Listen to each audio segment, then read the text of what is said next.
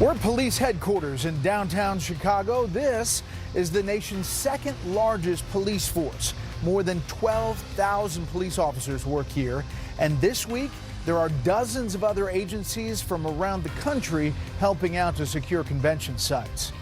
300 police officers from Milwaukee and downstate Illinois. 250 members of the Illinois National Guard have been activated too, but Governor J.B. Pritzker insists they're on standby. We're all trained in crowd control, many currently stationed here at police headquarters. Next, we'll show you how crime affects businesses here in Chicago, and we'll also examine why taxes are so high in Chicago and Illinois and what that means. All that when Special Report continues after this. Welcome back to Special Report in the United Center for the DNC. We continue to look this week at top issues to Democratic voters. The economy was the #1 factor in our recent Fox News poll for Democrats and Republicans. Tonight we take a look at that issue, how the economy has been affected by crime, especially here, and what that means to voters in Illinois. Donald Trump wants a new tax on imported goods.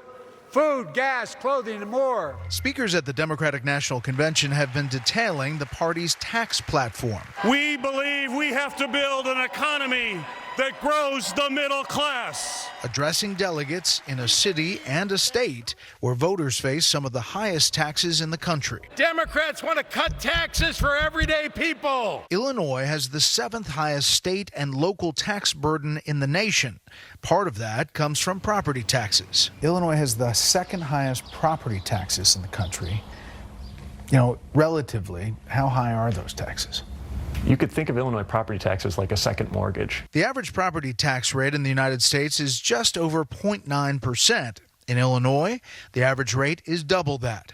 And in the Chicago area, that number is even higher. Where's all that money going that comes from those high taxes, high gas taxes, all these taxes you're talking about? That money, more than any other state, goes to yesterday's promises for yesterday's government, and that's debt.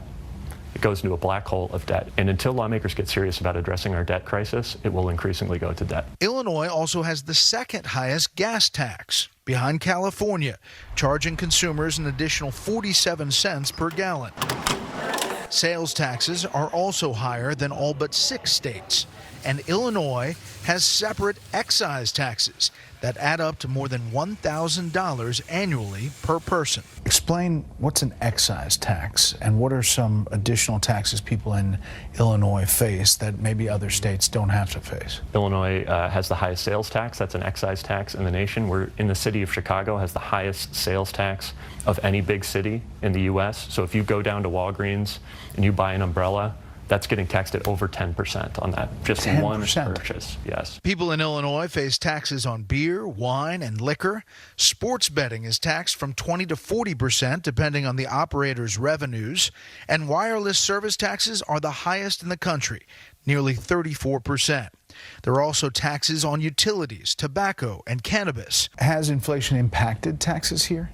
Has there been kind of a reanalysis because of inflation? Here's the trick that was pulled. Lori Lightfoot in the city of Chicago tied property tax increases to inflation, automatically increasing property taxes unless lawmakers say no. Same with the gas tax. So by tying it to inflation, families, they don't get a break. They actually get less because their money is worth less. But the city and the state, they do not get a break. They get their money because they tie it to inflation. When you say tie it to inflation, so inflation goes up and what happens? Taxes go up with them. Inflation affect you? Inflation impacts everybody. It's a trade-off. Either you're going to go to a Cubs game or you're going to pay for groceries. Julius Murga is a part owner at Sports World Chicago near Wrigley Field. When you hear something like price controls as a possible idea, what do you think about that? It's impossible to control pricing.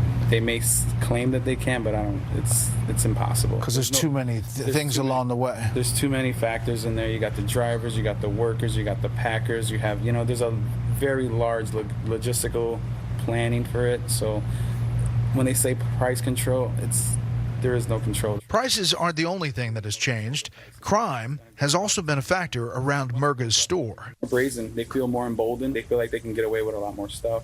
You were saying around here people are doing different things. Yes. They're like pulling up to ATMs. Yeah. So one of the bigger issues that we're starting to have in this area is they're starting to pull you up at gunpoint, take you in the car, drive around, take your ATM card, hit up as much gas stations as they can, and then they'll just drop you off. As long as you comply, they'll let you go. So it's changed.